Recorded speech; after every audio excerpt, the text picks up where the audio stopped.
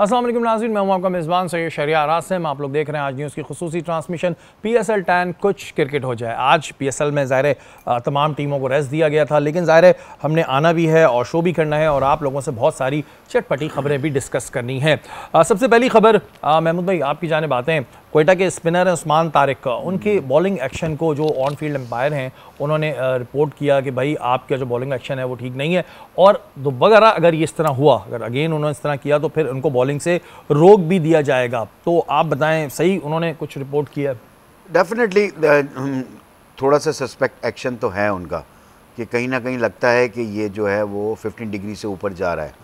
तो उसके अंदर अब अगर दोबारा वो करते हैं तो उनको जो है वो बैन लग सकता है। तो अब वही चीज़ देखनी होगी जिस बॉल पे एम्पायर ने उसको कॉल किया है कि ये बॉल जो है हमें लगता है, तो वो उस बॉल को देखा जाएगा कि हाँ इनका हाथ किस तरह गया था, 15 डिग्री से ऊपर है। समटाइम जब आदमी ऑफ स्पिनर बॉलिंग कर रहा होता है, क्योंकि ये समटाइम जो है ना ये फिंगर्स भी ऐसे भी यूज़ करते हैं, क्योंकि जब आप दूसरा बॉल करते हैं, ऑफ स्पिन बॉलिंग ये होती है कि आप यहाँ से ऑफ स्पिन बॉलिंग कर रहे होते हैं, लेकिन जब आप दूसरा करने होते हैं तो आपका हाथ ऐसे होता है, ये पोजीशन में आ जाता है, तो वो थ्रो की उसमें आ जाता है।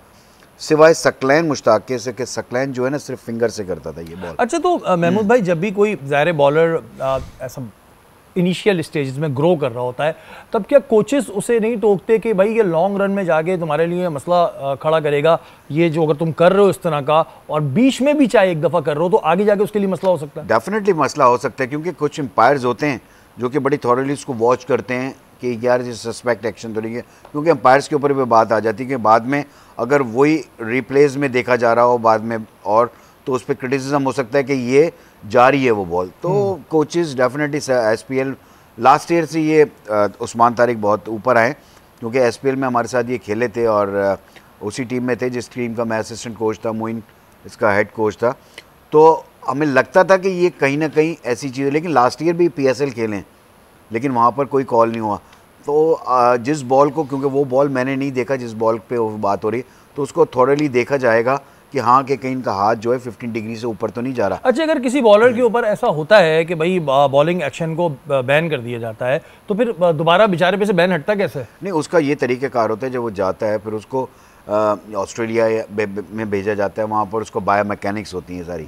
बायोमैकेनिक्स में उसके हाथ को देखा जाता है कि हाथ किस तरह का है, क्योंकि कुछ बॉलर्स हैं जैसे मुरलीधरन था, उसका भी ऐसी पोजीशन थी, लाइक शोएब अख्तर उसकी भी ऐसी पोजीशन थी। तो क्योंकि जो आपकी कोनी है जो है वो उसका बड़ा फ़र्क आता है, क्योंकि हमारा हाथ बिल्कुल ऐसे है, उसका यहाँ से हाथ आता है और यूँ हो जाता है, तो उससे बड़ा फ़र्क पड़ता है। तो कहीं ना कहीं इन लोगों को उस चीज़ की लिवरेज मिलती है, तो इनको कोई चीज़ पहना के, वो ब्रेस्ट पूरा होता है, वो पहना के बॉलिंग करवाई जाती है और फिर मुख्तलिफ कैमरे से उसको देखा जाता है। मतलब एक लंबा प्रोसीजर है, फिर उसको वो बॉलिंग करवाते हैं, फिर उसको क्लियर करते हैं, तो वो फिर आता है दोबारा, फिर ICC को बताया जाता है कि ये इसका एक्शन जो है वो अब क्लियर हुआ है, तो उसको फिर दोबारा लेकर आते हैं। इसी तरह हाफिज़ का हुआ था, सईद अजमल का भी हुआ, काफ़ी तो इनके भी यही टेस्ट हुए थे, फिर सबके होते हैं, क्लियर होकर दोबारा आ गए। दोबारा जी दुआ करेंगे उस्मान तारिक ऐसा कुछ ना निकले, और अगर कुछ आपको लग रहा है कि कहीं आपकी जिस बॉल के ऊपर ये हुआ है तो कोशिश करेंगे ना करें, वरना एक लंबे प्रोसीजर के बाद आपको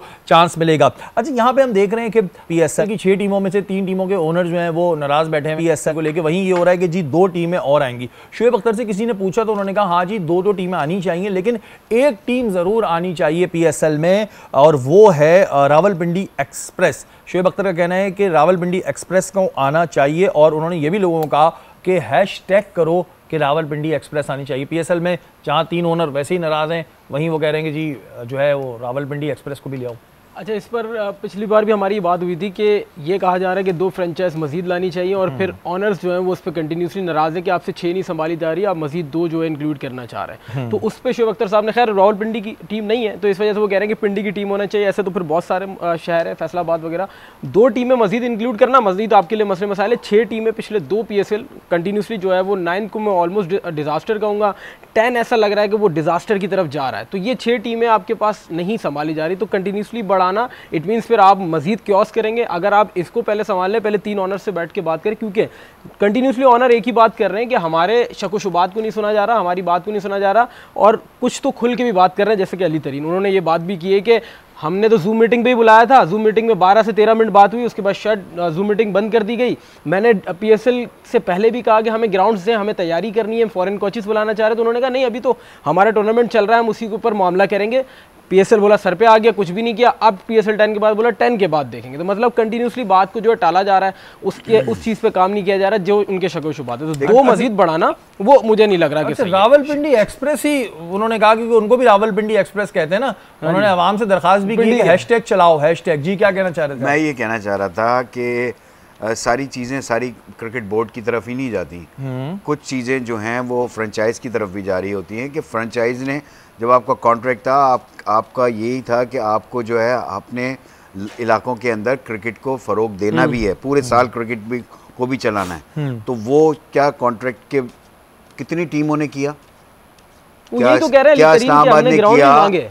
हमें नहीं दिया गया। लेकिन अली तरीन का मुझे बताए ना, अली तरीन का कोयटा ने किया या पेशावर ने इस तरह के कोई कैंप्स लगाए जहाँ पर सिवाय एक लाहौर कलंदर जिन्होंने अपनी एकेडमी बनाए, वहाँ पर लड़कों को तैयार किया, लड़के लेकर आए। बाकी फ्रेंचाइजीज ने तो कुछ भी नहीं किया। सिर्फ पीएसएल में ही मुझे सारी चीज़ें नज़र आ रही होती हैं, उसके अलावा तो कोई भी एक्टिविटी नहीं है। लेकिन अली तरीन ये कहते हैं कि जी मेरा मकसद कोई पीसीबी को तनकीद करना नहीं है, नींद से जगाने का है कि जैसे मामला चल रहे हैं हमें नहीं, हमसे कोई इस पर डिस्कशन की जाती है।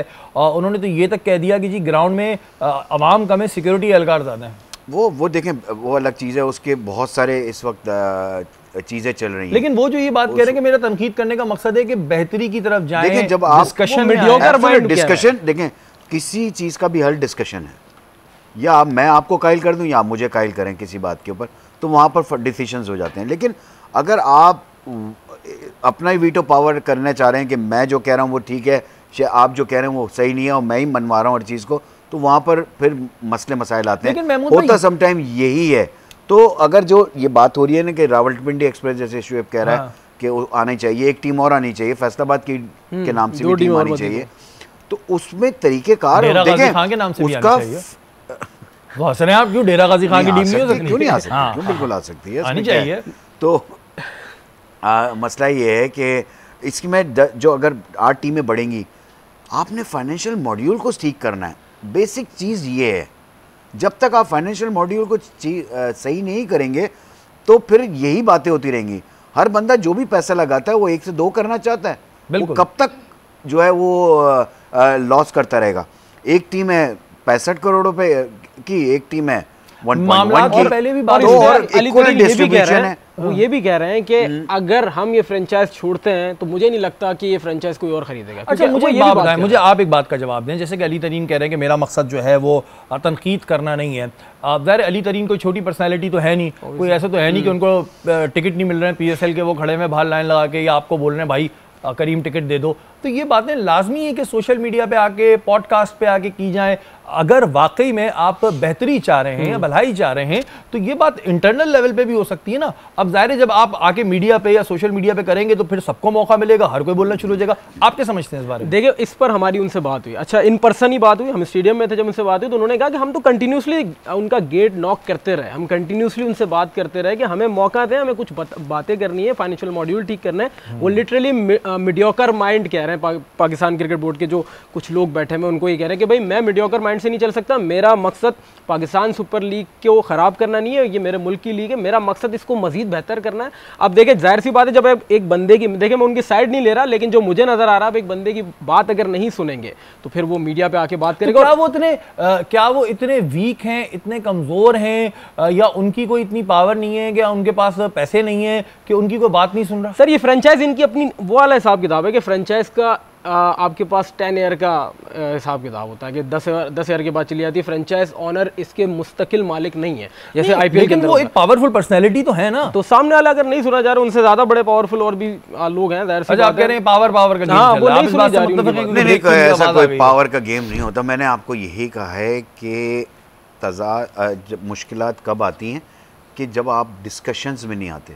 और बिल्कुल तुमने सही बात की, ये इंटरनल मामलात हैं, पहले इसको कोशिश तो करो कि इसको हल करो, किसी तरह भी हल करने की कोशिश करो। हाँ, ये बात लेकिन आप जब आ जाते हो ना मीडिया के सामने या सोशल मीडिया के सामने, तो बातें निकलती हैं। और देन फिर हम तो करेंगे बात, ज़ाहिर है ऊपर से मुझे भी हमें तो बात करनी पड़ेगी। मुझे कंटिन्यूअसली ऊपर से कह रहे हैं ब्रेक ब्रेक ब्रेक। ये जो है लीग है और लीग है, बस ये मेरा एक छोटा सा मकसद ये था कि जब मैंने आपका ये स्टेटमेंट देखा कि मेरा मकसद तनकीद करना नहीं था, तो भाई अली तरीन साहब, आप माशाल्लाह एक पावरफुल पर्सनैलिटी हैं और आपको अल्लाह ताला ने बहुत कुछ दिया भी है, पावर भी दिया है, पैसा भी दिया है, तो पहले आपको चाहिए था कि इन मामलात को वैसे तय कर दें। बहरहाल वक्त तो एक ब्रेक का, ब्रेक के बाद हाजिर होता है।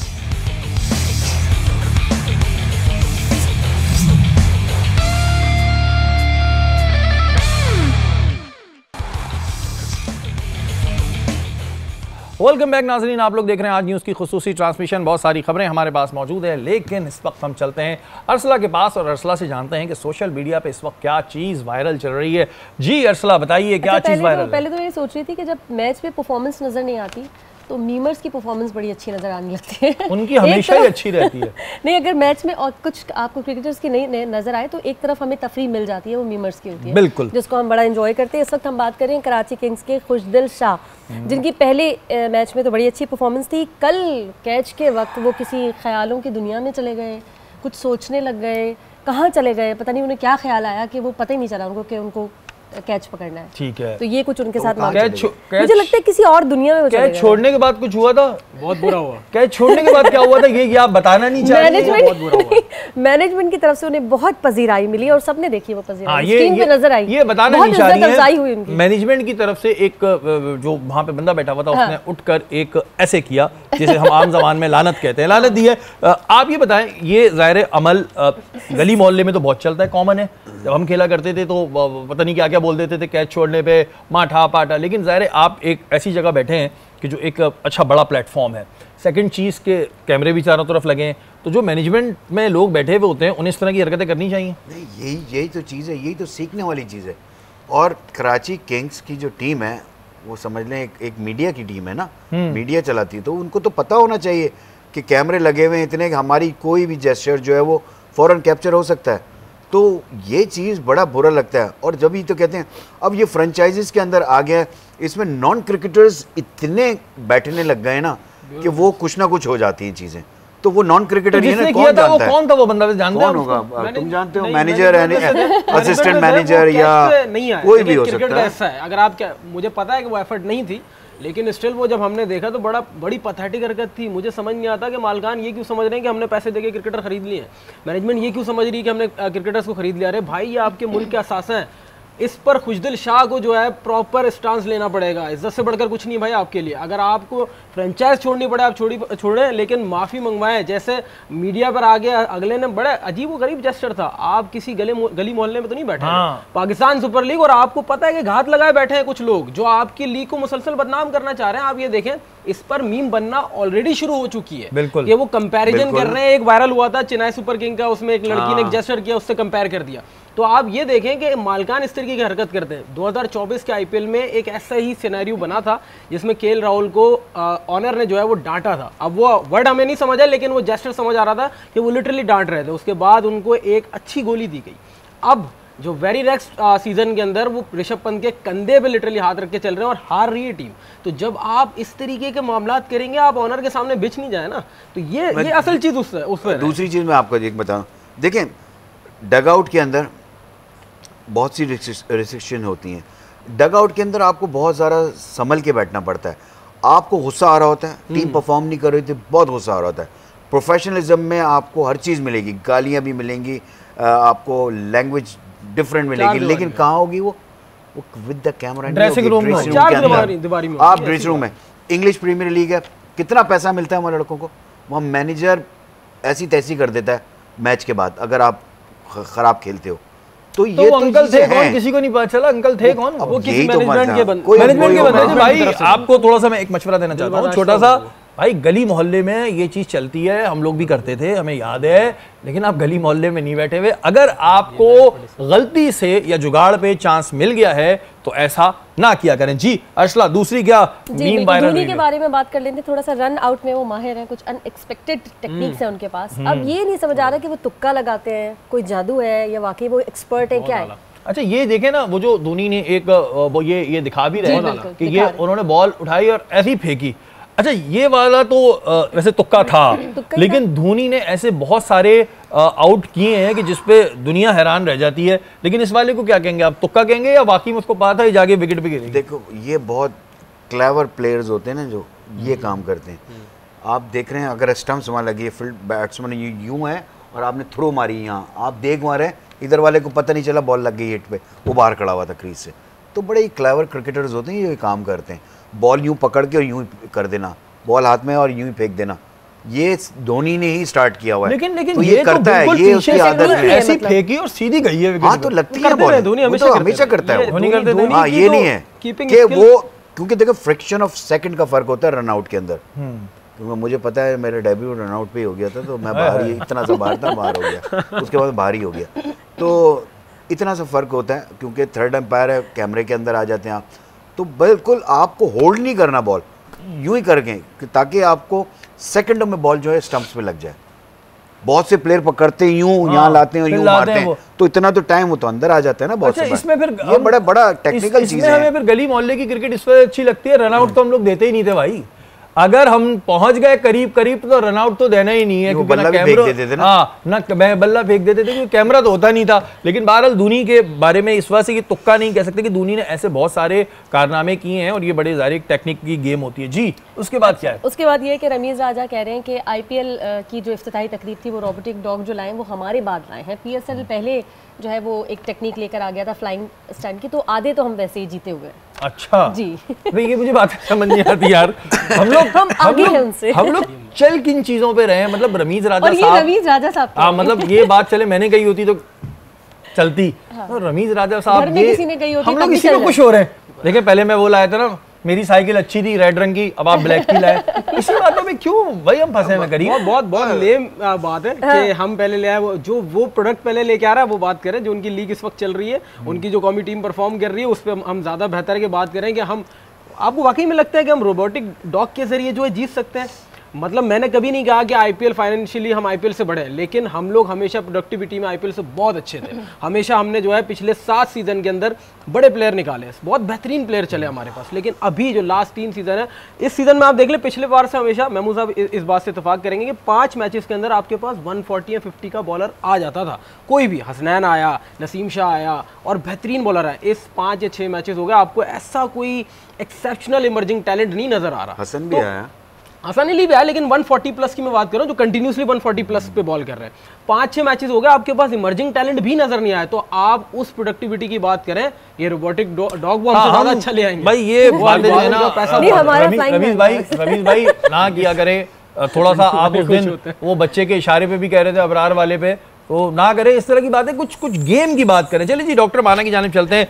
कौन है आज आपकी लिस्ट में, ये बताएं पहले तो। सूर्य कुमार यादव।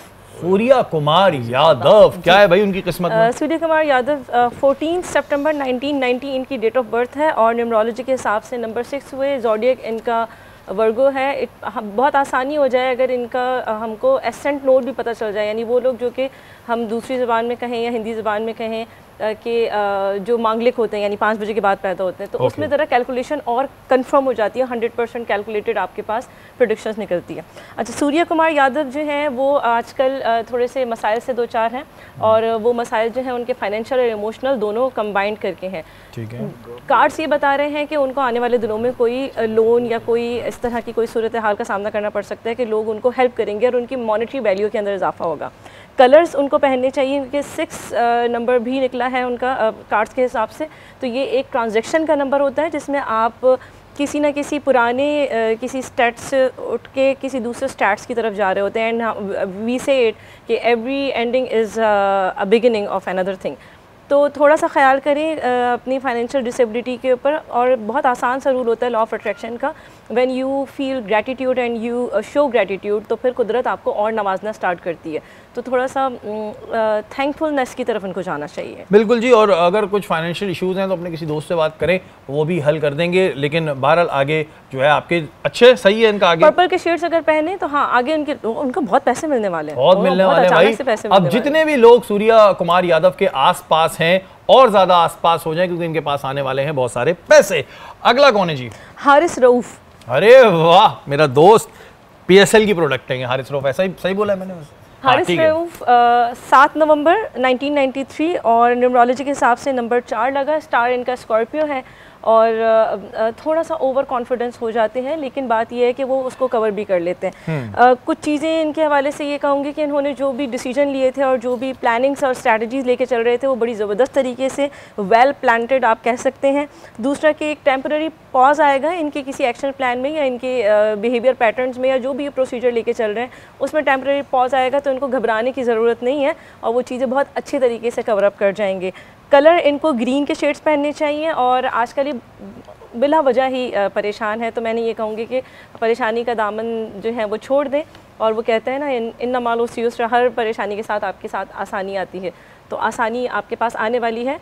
ज़रा सब्र से काम लें, क्योंकि आपकी फ्रस्ट्रेशन फिर लोगों को नज़र आना स्टार्ट हो जाएगी और उसका आपकी प्रोडक्टिविटी के ऊपर और आपकी क्रिएटिविटी के ऊपर, आपकी परफॉर्मेंस के ऊपर असर पड़ता है। ठीक है जी। और जैसे कि उनका ग्रीन पहने तो पाकिस्तान की टी-शर्ट पहन के आप हर वक्त घूमें और बिल्कुल घबराने की जरूरत नहीं है। कभी कभी आप ओवर कॉन्फिडेंस हो जाते हैं, ऐसा इनका कहना है, लेकिन फिर आप उसको कवर भी कर लेते हैं। तो ज़ाहिर है बहुत सारी चीज़ें हैं, लेकिन बहरहाल ये बोल रही हैं, हम इस बारे में अभी कोई डिबेट नहीं करते हैं। लेकिन बहरहाल आगे के लिए आपके लिए भी बेहतर है, तो जो चीज़ें इन्होंने बताई हैं अगर आप कर सकते हैं तो बिल्कुल करें, और अगर आपकी किस्मत चमक जाए तो फिर इनसे दोबारा रब्ता करें। इसी बात पर लेते हैं एक छोटा सा ब्रेक के बाद हाजिर होता है।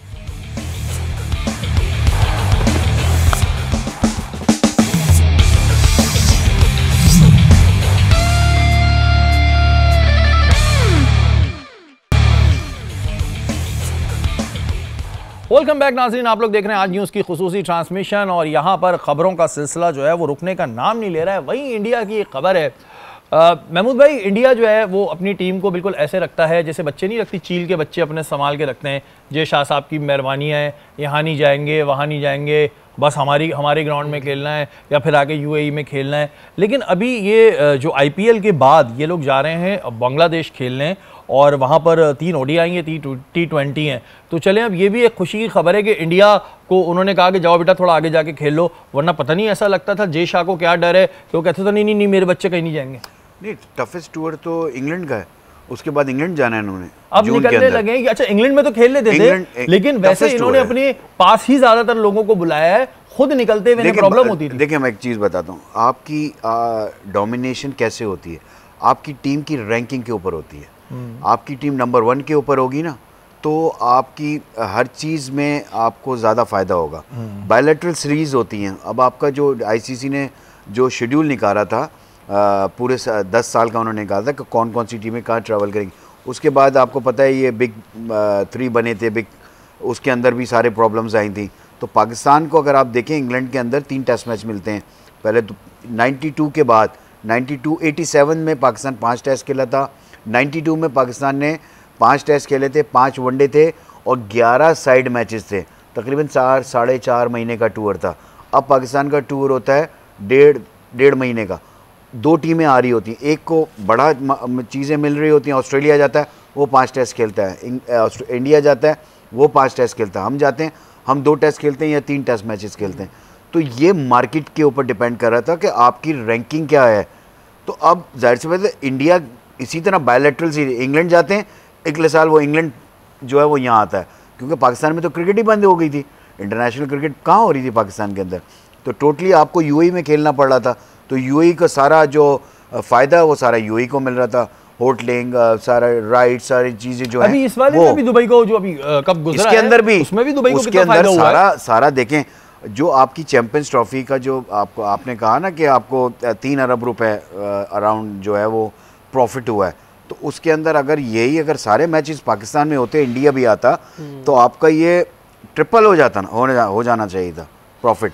तो ये सारा 60%, उसके अंदर भी था कि आपको कितना परसेंट मिलेगा, कि 40% मिलेगा, 60% मिलेगा उसका शेयर। लेकिन उसके अलावा भी तो बहुत सारी चीज़ें थी ना, होटलिंग, खाना पीना, बहुत जिसे कहना चाहिए, होर्डिंग है अंदर की, सारी चीजें हैं, और समझ नहीं आ रही, डिजिटल मीडिया है। जैसे जे शाह साहब हैं, एक तो ये मुझे शुरू से लेकर आज तक समझ नहीं आया कभी जिंदगी भर, ये आदमी मुझे समझ नहीं आएगा जे शाह। अभी जो एशिया कप होना था इंडिया में, ये क्यों कह रहे हैं कि जी यूएई में कर ले? इनका कोई कमीशन तो सेट नहीं हो गया वहाँ पे कि इतने मेरे भी होंगे होटल वालों की जैसे सेटिंग नहीं होती बस अड्डे वालों की कि हम तुम्हारे अड्डे पे रोकेंगे तो जो कस्टमर खाएंगे तो हमें भी खिलाना? मुझे कुछ ऐसा लग रहा है जय शाह का। देखिए मसला यही है ना कि इस वक्त पावरफुल है ना वो लोग, तो वो जो चाहते हैं करा लेते हैं। हम यहाँ पर बात कर रहे थे कि हाइब्रिड मॉडल नहीं हो पाएगा, हम यहीं पे होंगे, इंडिया को यहाँ आना पड़ेगा। एंड ऑफ द डे क्या हुआ कि उन्होंने सारे मैच कहाँ खेले? दुबई में खेले। उससे क्या एडवांटेज होता है? देखें एक ही जगह पे आप सारे मैच खेलते हैं। इसी वजह से मैं कहता हूं कि इंडिया की टीम में नो डाउट बहुत टैलेंट है, लेकिन सारे बड़े प्लेयरों ने इस पे क्रिटिसाइज किया लेकिन इससे क्या होता है, इससे इन्हें कहने लगते हैं लोग mummy daddy team. Mummy daddy team क्यों? कि इन्हीं के वेन्यू फिक्स हैं, इन्हें पता है कि पिच कंडीशन क्या है, इन्हें पता है क्या है। और जहां पे हम क्रिटिसाइज कर रहे थे वहां सबने क्रिटिसाइज किया है। तो जो आपकी टीम का टैलेंट है वो तो जीरो हो गया ना फिर। तो देखें ना, इसमें ये वाला इन्फ्लुएंस नहीं है। स्पोर्ट्स है, क्रिकेट है, मतलब आपको खेलना चाहिए हर जगह पे जाके। आप पता नहीं क्या है, आपको मसला यही है कि सारा पाकिस्तान जो है फाइनेंशियली बहुत ज़्यादा स्ट्रांग हो जाएगा, पाकिस्तान क्रिकेट बोर्ड के पास पैसा आएगा। जाहिर सी बात है जो होस्ट कंट्री होती है उसके बहुत राइट्स होते हैं, उसको बहुत पैसा मिलना होता है हर चीज़। तो ये इंडिया उसके अगेंस्ट चलता है। तो अगर मसला ये है कि अगर इंडिया में कोई टूर्नामेंट है तो वर्ल्ड कप हमने कहा था हम भी नहीं खेलेंगे, हम भी किसी न्यूट्रल वेन्यू पे खेलेंगे, लेकिन हम चले गए खेलने के लिए। हम लोग तो लेकिन नाउ हम लोग अच्छे लोग हैं। जहां तक बात रही बेसिकली हम वाकई अच्छे लोग हैं इस मामले में। हमारी गवर्नमेंट या हमारी जो लोग हैं वो इसको पॉलिटिसाइज नहीं करते। वहां पर ये पॉलिटिक्स बहुत ज्यादा है। अच्छे लोगों के साथ करीम हम दिलेर भी हैं, देखें हम देखते थे इंडियन मूवीज तो उनका एक हीरो आता है सब कुछ उखाड़ के चले जाते हैं। अबे भाई हम तुम्हें बोल रहे थे वीजा भी देंगे, रहना भी देंगे, खाना भी देंगे, पीना भी देंगे। 16 क्या 20, 22, 25, 30 जितने आने आओ, कोई नहीं आया। तो बहादुर तो हमें ना। नहीं, आपको तो वर्ल्ड कप के अंदर आपके जर्नलिस्ट को वीजे नहीं मिल रहे। हमारे तो साथियों को नहीं मिले। वही कह रहा हूँ, नहीं मिले। लिमिटेड वीजे दिए 2023 वर्ल्ड कप में, उन्होंने बहुत लिमिटेड वीजे 10-11 साल जिनको जाने दिया, बहुत लेट। इवन हमें क्या, जो प्लेयर भी आ रहे थे, जो पाकिस्तानी निजात प्लेयर थे, उनको भी बहुत लेट वीजे मिले। सिर्फ हमने तो ये बहुत छोटी हरकत है। जहाँ तक बात रही एशिया कप की, तो वो एशिया कप अपने पास होस्ट कर ही नहीं रहे काफ़ी टाइम से। दूसरी बात,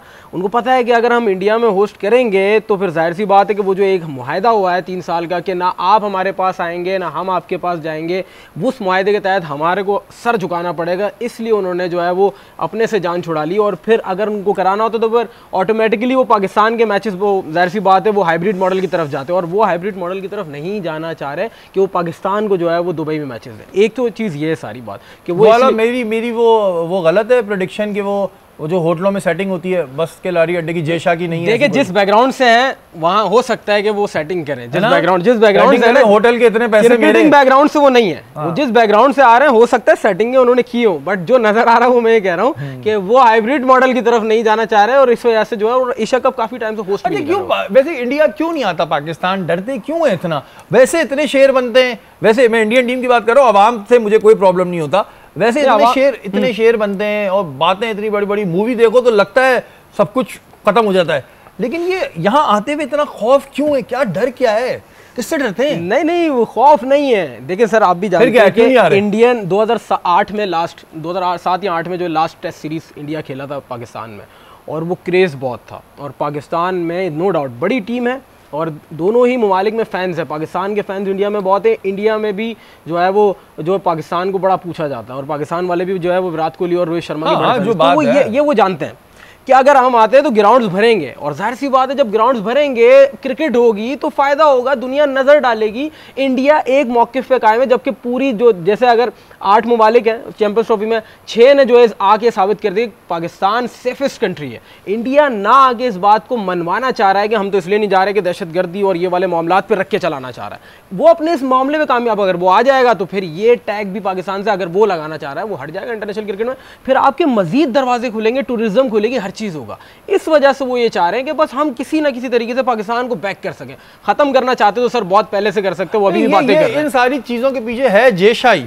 ये हरकतें उसी की हैं सारी। कह रहा हूं ना जिस बैकग्राउंड से है वो हो सकता हो जय शाह की है। मैंने एकदम पहले भी कहा था सीरियसली, जब भी मैं इस आदमी को देखता हूं ना, जय शाह को, तो ऐसा बेचारा शक्ल से इतना मासूम लगता है, बिल्कुल भोला भाला सा, यूं, लेकिन बहुत भाई। और वो कह रहे हैं ना, आप बात करो ना प्लेयर्स वो आना चाह रहे हैं, वो भी कहते बड़ा मजा आता है। लास्ट टूर मैंने किया 2007 वो आके कहते हैं मौत में माननवाजी हुई हमारी। हमारा 3 मैचेस थे, कैलीकट में था, एक दिल्ली में था और हमारा एक मैच उदयपुर में। आप क्राउड भरा हुआ बिल्कुल, और लेकिन और फैंस ऐसे कि आपको इतनी पजीराई, मतलब किसी ने कोई बदतमीजी नहीं है, आपको बड़ा अच्छी तरह वेलकम किया। इसी तरह जब वो लोग यहाँ पर आते हैं तो उन्होंने भी यही कहा कि यार पाकिस्तानी उनके प्लेयर्स बोल के बहुत ज्यादा, जब मैं लास्ट सीरीज खेला था मुझसे सारा मसला ही पॉलिटिकल ही है, अल्फाज है, पॉलिटिकल मसला और कुछ भी नहीं है। पॉलिटिकल मसला है भाई, मैं बता दूं, ये जय शाह साहब आपको अभी नहीं समझ आ रहा है, ये जो इंडिया पाकिस्तान के बीच में आप ये जो वो डाल रहे होते हैं ना, क्रिकेट के बीच में खासतौर पे ऐसे माचिस हैं, ये ना डाला करें। लेकिन जी इंडिया की जो आवाम है, जब वो ज़ाहिर पाकिस्तान की बात आती है तो वो बड़ा पाकिस्तान को अपने तौर पे लाइक कर रहे होते हैं, पाकिस्तान की आवाम इंडिया को लाइक कर रही होती है। इसी तरह प्लेयर्स का है, जैसे हमारे प्लेयर्स वहाँ जाते हैं तो ज़ाहिर है उनको इज्जत मिलती है, और जब आपके प्लेयर भी यहाँ पर आते हैं तो हम सर आंखों पर बिठाते हैं। लेकिन ये जय शाह साहब आपकी ये पता नहीं कौन सी हरकतें जिसकी वजह से क्रिकेट ख़राब हो रही है। और अगर आप ये सोच के करते हैं कि जी पाकिस्तान को फाइनेंशियल लॉस हो जाएगा, पाकिस्तान ये ना हो जाएगा, जिसको जो मिलना है, हम लोगों का ऐसा मानना होता है ज़ाहिर कि जो जिसको मिलना होता है ना, जो जिसकी किस्मत में होता है, वो दुनिया में कोई नहीं रोक सकता। हमारी ट्रांसमिशन का वक्त खत्म हो गया, कल आपसे दोबारा मुलाकात होगी। अपने मेज़बान सैयद शहरियार आसिम को इजाज़त दीजिए। पाकिस्तान जिंदाबाद।